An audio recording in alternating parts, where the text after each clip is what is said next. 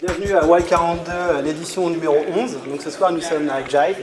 On a une édition spéciale en fait où on va accueillir des startups qui ont participé à Y Combinator, 3 startups françaises qui sont donc Algolia, WIT et Motion Lead, et ils vont nous expliquer leur expérience. Allez, c'est parti.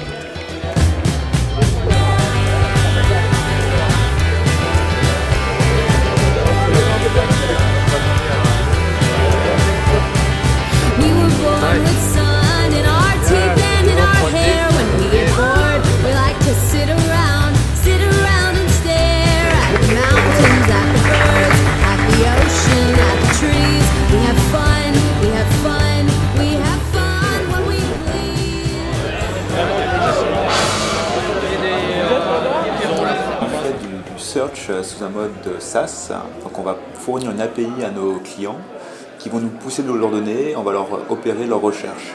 Nos clients, ça va typiquement être des plateformes d'e-commerce, des sites de réseaux sociaux, un peu Pebble par exemple nous utilise pour leur marketplace d'application. Socialcam, Crunchbase va bientôt réaliser sa nouvelle version avec nous. Pourquoi Y Combinator? Parce qu'on a typiquement une startup qui a vocation à être internationale et à vendre une technologie aux développeurs. La plupart de nos clients sont des boîtes de soft et c'est dans la Silicon Valley qu'elles sont. Pour nous, Y Combinator, c'était une opportunité de pénétrer le marché américain et de se développer très vite sur le marché américain. Beaucoup plus facile de le faire via un accélérateur comme Y Combinator que de le faire depuis la France. On est déjà devenu une compagnie américaine depuis quelques semaines. Et donc la société est française est en fait une filiale de la structure américaine. Et donc nous allons continuer à développer la société surtout aux États-Unis, même si on restera toujours français.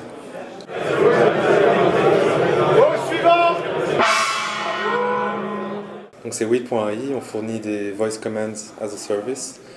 Donc c'est de l'intelligence artificielle et on aide les développeurs à ajouter des commandes vocales à leurs apps et à leurs appareils électroniques. Y Combinator, c'est avant tout des gens expérimentés et un réseau d'entrepreneurs qui ont déjà tout vu des problèmes qu'on pourrait rencontrer. Donc je le vois comme une grande famille de gens qui veulent vraiment partager ce qu'ils ont déjà vécu en fait. Ils veulent juste, bon bien sûr ils sont intéressés financièrement dans les boîtes qui sponsorisent, mais je pense que c'est surtout un savoir qui veut se répandre. Cet esprit d'émulation, de compétition, de prouver ce qu'on sait faire, d'avoir le droit à l'échec, c'est quelque chose que j'ai toujours trouvé attirant dans la Silicon Valley. J'espère pouvoir apporter un peu cet esprit en France aussi. On a eu notre article TechCrunch et notre launch quasi officiel il y a 1 mois et demi. On a maintenant 3000 développeurs qui utilisent WIT. On a une croissance en nombre de contributions de la communauté de 30% par semaine. Je suis très heureux de faire ce que je fais et j'échangerai ça pour rien au monde. Motion Lead, on fait des pubs animées dans des applications. Et on a appelé pour le Y Combinator au dernier batch. Et en fait, je pense qu'on a été retenu parce qu'on est une bonne équipe. J'ai travaillé avec mes cofondateurs pendant plusieurs années auparavant, pour des projets personnels, pour des projets scolaires. On est toujours très bien travaillé ensemble. Et aussi pour notre produit qui répond à une demande énorme sur le marché. Il n'y a pas actuellement de moyens incroyables d'afficher de la pub, de moyens innovants d'afficher de la pub. On est toujours resté avec les technologies qui existent sur le web depuis plus de 10 ans. Donc, je suis actuellement étudiant à l'EPITA en 4e année. C'est ma 2e boîte. Un conseil que je pourrais donner, c'est vraiment pas forcément d'être passionné par son produit. On dit souvent ça dans les startups, il faut être passionné par son produit. Je pense pas que ça soit une vérité. Je pense qu'il faut vraiment être passionné par apprendre.